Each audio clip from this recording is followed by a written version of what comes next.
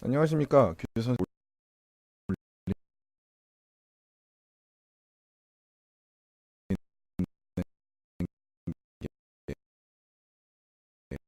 이제 오늘이 마지막은 아니고요. 하나 더 올려야 될 것 같거든. 되게 길 것 같은데. 당나라 문화부터 합시다. 당의 문화. 되게 재밌어요. 재밌지. 근데 제대로 설명하면 별의별 게 다 있으니까. 근데 나야 재밌는데 니네가 재미가 없지. 게다가요, 시험에도 잘 안 나와.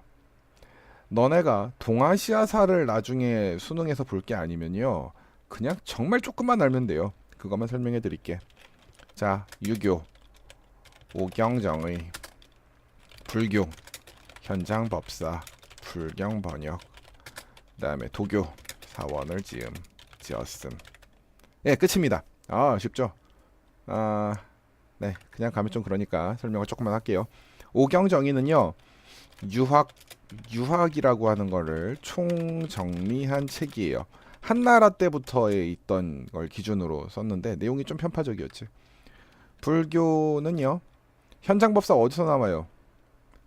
서유기예요, 서유기. 그쵸? 서유기에 나오는 삼장법사가 현장법사죠. 이 서유기의 배경이 당태종 때야. 너 서유기 뭔지 알지? 손오공 저팔계 사오정. 그 에네르기 파스는 애가 손오공이 아니고요. 그리고 스케이트보드 위에 올라가 있는 애도 손오공이 아니야. 잘 모르면 검색하세요. 서유기의 핵심 내용은요, 천축국에 가서 불경을 받아오는 겁니다. 현장법사 갔다 오잖아. 그래서 불교를 받아왔으니까 번역을 해야죠. 그래서 불경 번역 열심히 했다고. 이게 당나라 불교 핵심이야. 도교요. 도교 왕실에서 되게 좋아했어요. 그래. 다음요. 귀족 문화가 발달했어요. 우리가 역사를 배울 때요, 돈이 많다라는 수식어가 붙어 있는 나라는요, 무조건 문화가 발달한다고 보면 되거든. 근데 이 당나라는요, 돈이 굉장히 많은 나라였습니다. 불야성이라는 말도 당나라 때 나온 말이에요. 중국집이 아니고 니네 집 앞에서 짜장면을 배달시켜주는 곳이 불야성이 아니고요. 밤이 없는 성이란 뜻이에요. 중국의 장안성을 뜻하는 말인데요. 하도 사람이 많고 상업에 흥하다 보니까 밤에도 불이 환하다 이런 뜻이 불야성이야. 밤이 없는 성 이런 뜻이라고.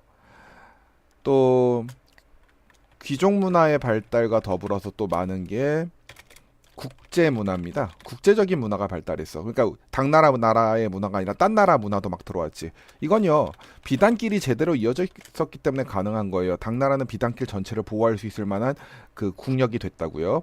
그래서 이걸 통해 가지고 서아시아의 음식하고요, 복장하고요, 음악이 전래됩니다.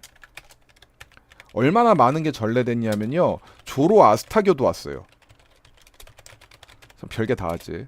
그리고 페르시아의 춤이었던 호선무, 이건 춤이에요. 페르시아의 춤. 그리고 낙타처럼 생긴 도자기인 당삼채도 유행을 합니다.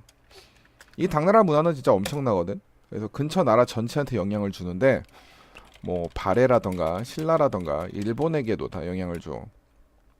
이 당나라 문화는요, 한자, 율령, 유교, 불교 이 정도로 요약을 하시면 된다고. 이런 것이 근처 당나라 영향을 받은 모든 나라들이 쓰게 되는 계기, 그것이 바로 당나라의 포스야. 이건 대단하지. 자, 이제 일본 합시다.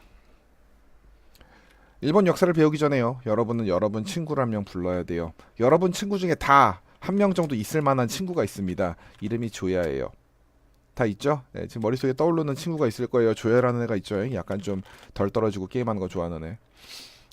이 조야라는 친구는요, 원래 서든을 하던 애인데 여기서 저격충이었어요. 그래서 근데 오늘부터 오버워치 같이 하겠대. 그래서 얘한테 너 뭐가 좋니? 그랬더니 자긴 힐러가 좋대요. 그래서 당신에게 물었습니다. 친구야, 나는 무슨 챔을 쓰면 되니? 라고 물었어요. 여러분이 이제 대답해 주면 되겠습니다. 조야야, 아나해.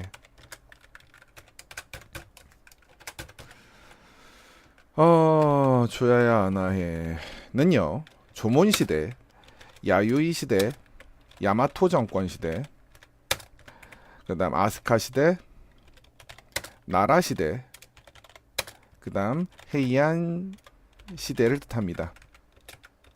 이걸로 외워요. 안 까먹어요. 각각 설명해 드릴게. 조몬 시대는요, 1만 년 전부터 시작되었다고 합니다. 사실 일본이 그 역사에 대해서 되게 좀 캥기는 게 많은 나라라서 얘네도 구석기가 있긴 있어요. 근데 되게 막 부실해. 굉장히 부실하고 1만 년 전부터 시작된 이 조몬 시대는 어떤 특징이 있는 시대냐면요. 신석기거든요. 근데 신석기의 기본은 농업이잖아. 근데 농사가 그렇게 뭐 엄청나게 잘 농사를 짓던 건 아니야. 토기는 되게 예뻤어. 그래서 이 토기를 조몬 토기라고 불렀지. 토기 예쁜 토기를 만들던 묘한 시대를 보내요. 근데 이건 얘네한테는요 아직 이 시대가 신화 시대야. 전설이 막 날뛰던 시대라고. 물론 우리도 전설이 날뛰었지. 기원전 2333년에 하늘에서 단군이 내려왔네. 단군이 내려온 게 아니죠. 하늘에서 신이 내려와서 그래서 곰을 옥녀로 바꿔서 여자로 바꾼 다음에 결혼해서 단군 왕검이 태어났네 이런 거예요. 그 전설인데 얘네 전설은 세상의 창세부터야. 정말 구질구질한 전설인데 이게 언제까지 전설 시대가 이어지냐면은 기원전 300년 전까지 전설이 이어져요. 사실 이 다음 시대도 얘들한테 전설이야. 아마 역사가 짧아요. 그렇다고 뭐 역사 짧다고 너무 놀리지 마시고요. 그 역사 상대적인 거잖아요. 그러니까 역사가 짧다고 해서요. 되게 그 다른 나라를 비난하고 그러면 안 됩니다. 아시겠죠? 네, 역사가 짧을 수도 있지 뭐. 그렇죠? 네, 절대 놀리면 안 됩니다. 자, 야요이 시대는요. 얘들의 역사 짧음을 증명하는 시대예요. 왜냐하면요. 중국과 한반도에서 문화가 넘어오는데 청동기라고 철기가 동시에 넘어올 정도야. 그럼 얘들은 청동기 시대가 있어요? 없어요? 없겠죠? 게다가 벼농사도 이때 들어온다. 짓는 법을 드디어 배웠어. 깜짝 깜놀이죠 완전히. 완전 자기들은 존재하지도 않던 게 막 들어왔잖아. 그러니까 어우 막 이거 신으로 보이는 거지. 야유 시대도 사실 선사 시대입니다. 얘들한테는. 그래서 네, 놀리지 마시고 역사는 다 의미가 있어요. 아무튼 쌀농사라고 하는 건요. 벼농사는 너무너무 큰 의미가 있어요. 대성공이 되면서 그 농업 생산량이 급성장을 하고 인구도 급증하죠. 그러면서 작은 국가들이 대거 나타나. 이 작은 국가들이 모여서 이제 서로 자기들끼리 전쟁을 했는데 결국 통일한 애가 야마토예요. 야마토 정권이 성립된 거지. 야마토 정권의 유명한 인물은 쇼토쿠 테자 같은데요. 쇼토쿠 테자. 이 사람은 우리나라의 세종대왕급이에요. 정말로 얘들한텐 그런 사람이야. 유명한 인물이야. 이 사람이 한 일은요. 선진문물 수용하고요. 중앙 집권화입니다. 드디어 하나의 국가로서 가치가 생기기 시작했네요. 그 다음 아스카 시대가 시작되는데요. 아스카 시대가 된 건요. 645년에 다이카 개신을 기점으로 아스카 시대가 시작됐다고 보시면 되거든. 조금 안 맞긴 해. 다이카 개신이 뭐냐면요. 기존 정권을 암살해서 죽여버리고 새로운 정치 개혁을 하겠다라고 선언을 한 다음에 당나라가 멋있으니까 당나라를 흉내내자 라는 강한 의지가 표명된 시대가 아스카 시대입니다. 뭐 이런 100%는 아닌데요. 이 정도 보시면 안 틀려요. 이게 아스카 시대 때 맞아. 아스카 시대는요. 그래서 당나라에 있는 문화를 열심히 받았는데 그 중에 가장 큰 성과가 불교예요. 무조건 불교 얘기가 나왔다. 일본에서 불교에 관련된 얘기가 나오면요. 아스카 시대 아니면 헤이안 시대라고 보시면 되는데 불교가 강화되었다. 불교를 받아들였다. 뭐 이렇게 돼 있으면은 다 뭐 대충 아스카라고 보세요. 그다음 나라 시대. 나라 시대는 짧아 한 80년 정도 되는 시대예요. 나라 시대가 시작되는 장면에서는요. 드디어 얘네는 일본이라고 자기 스스로를 부르기 시작했어요. 그리고 장안성을 모방한 성도 졌다. 얘들은요, 그 신라랑 당나라에 대해서 배울 게 많다고 생각했기 때문에 견신라사하고요. 이거는 뭐 나라 시대에서 헤이안 시대 쪽 그 중간쯤에 있던 건데 헤이안 시대라고 봐도 되긴 되는데 견당사. 아무튼 이렇게 이런 걸 만들었어요. 신라를 보는 사신 그리고 당나라를 보는 사신 이런 걸 보냈죠. 많은 걸 얻어오려고 해서 선진 문물에 대한 욕심이 많았지. 근데 나라 시대가 이제 굉장히 빨리 끝납니다. 이 끝나는 기점이 뭐냐면요. 교토천도예요. 그 교토라고 하는 새로운 땅으로 옮겼어요. 여기에다 사실 나라 시대 때 이미 장안성을 모방한 성을 지어놨거든. 교토는요, 메이지 유신 전까지 수도 역할을 하게 됩니다. 지금도 정신적 수도 역할을 하는 곳은 교토예요. 근데 이 교토의 다른 이름이 바로 헤이안이야. 교토에 있는 한 지역의 이름이긴 한데요. 헤이안 시대는요, 당과 신라가 한창 사이가 나쁠 때였어요. 연락에 싸웠지. 그럼 일본 입장에선 둘 중에 하나의 편을 들어야 될 수밖에 없거든. 당과 신라는 둘 다 일본에게 손을 내밀었어. 야, 너 우리 편 해라. 우리랑 같이 하자. 라고 하는데요. 얘네는 다 거절하고 발해 편이 됩니다. 아, 너네 짜증나. 난 발해랑 같은 편 할래. 그래서 발해랑 친구 관계가 유지가 됩니다. 그리고 헤이안 시대 때는 율령 정비를 하고요. 또 귀족들끼리 많은 좀 발전을 시켰어요. 문화 발전을 많이 시켜요. 문을 걸어 잠근 느낌에 가까워요. 폐쇄에 가까운데 발해를 제외하고는요, 헤이안 시대는 다른 나라랑 역사적으로 교류를 끊어버립니다. 이런 시대가 뭐 조금 더 있긴 한데 그 전까지의 일본이 적극적으로 선진 문물을 받아들이려고 한 거에 비하면은 헤이안 시대는 좀 폐쇄에 가까워요. 그리고 이때요, 이제 자기들끼리 집에 틀어박혀 있으니까 할 게 없죠. 그래서 소설을 썼어요. 근데 소설을 쓰려면 글씨가 필요해. 그래서 가나라는 문자를 만듭니다. 일본 역사에서 가장 문자의 발전으로 중요한 시대로 치는 게 헤이안 시대예요. 사실 가나는 역사가 상당히 길어요.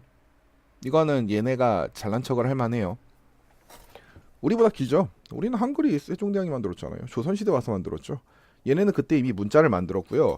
이 문자로 무수한 일본의 소설을 쓰게 됩니다. 문학적으로 일본이 우리를 앞선 건 맞아요. 현 시대에서도 그렇죠. 우리가 아닌데요. 우리도 문학 전라 잘하는데요. 아, 얘네가 앞섰어요. 왜냐하면 우리가 노벨 문학상을 보시면 압니다.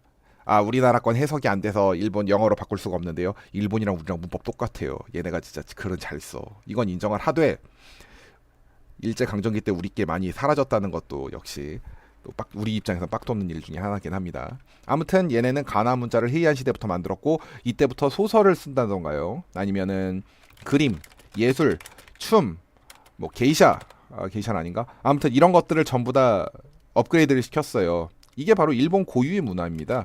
일본 고유 문화의 가장 황금기를 달렸던 데가 헤이안 시대예요. 이 문화를 얘네들은 국풍 이렇게 부릅니다. 국풍의 시작. 그 외에요, 음양사라는 것도 유행을 했어요. 갑자기 뜬금없이 왜 음양사냐고 묻는데 음양사가 유행한 이유 중에 하나는요, 땅의 털을 너무 중요하게 생각해서라고 봐야 되나? 모노노케랑도 관련이 있어요. 얘네는 모노노케 문화도 이때 시작됐어요. 이거 문화라고 하기에 좀 그런데요. 예를 들어 불이 났잖아? 그럼 방화범 때문에 불이 난 게 아니라 악령이 불을 지른 거야. 라는 마인드로 생각을 하는 거죠. 누가 그 아궁이에 불을 떼다가 잠들어가지고 불이 났다 이런 게 아니에요. 아궁이의 불이 모노노케에 의해서 옮겨진 거라고. 어떤 사람이 병들어 죽었잖아? 그럼 질병 때문에 죽은 게 아니라 악령이 죽인 거야. 이런 마인드가 있던 시대가 모노노케예요. 그러다 보니까 이거 없애려고 불경이 엄청 발달합니다. 불교의 발달 역시 이 시대 하나의 특징이에요. 귀족이 이건요, 지금 이런 문화를 보시면 알겠지만 되게 그 실용 문화라고 하기에는 너무나 귀족 문화에 가깝죠. 헤이안 시대는요, 귀족 문화의 급성장, 귀족의 성장을 이룩하고요. 그리고 이렇게 귀족이 성장한다는 것은 왕권이 약화됐다는 소리예요. 흔들흔들했겠지. 그럼 사회가 혼란했겠죠. 그래서 결국은 일본은요, 헤이안 시대가 끝나고 나서 봉건제가 시작되고요. 이 봉건제는 얼마 지나지 않아서 전국시대라고 하는 일본 최후의 전쟁 시대로 넘어가게 됩니다. 아, 최후까지는 아니군. 일본에서 가장 심각한 전쟁 시대로 넘어가게 돼요. 근데 봉건제는 시험 범위가 아니죠. 시험 범위 여기까지입니다. 수고했어요. 다음에 봅시다. 나 오늘 바빠.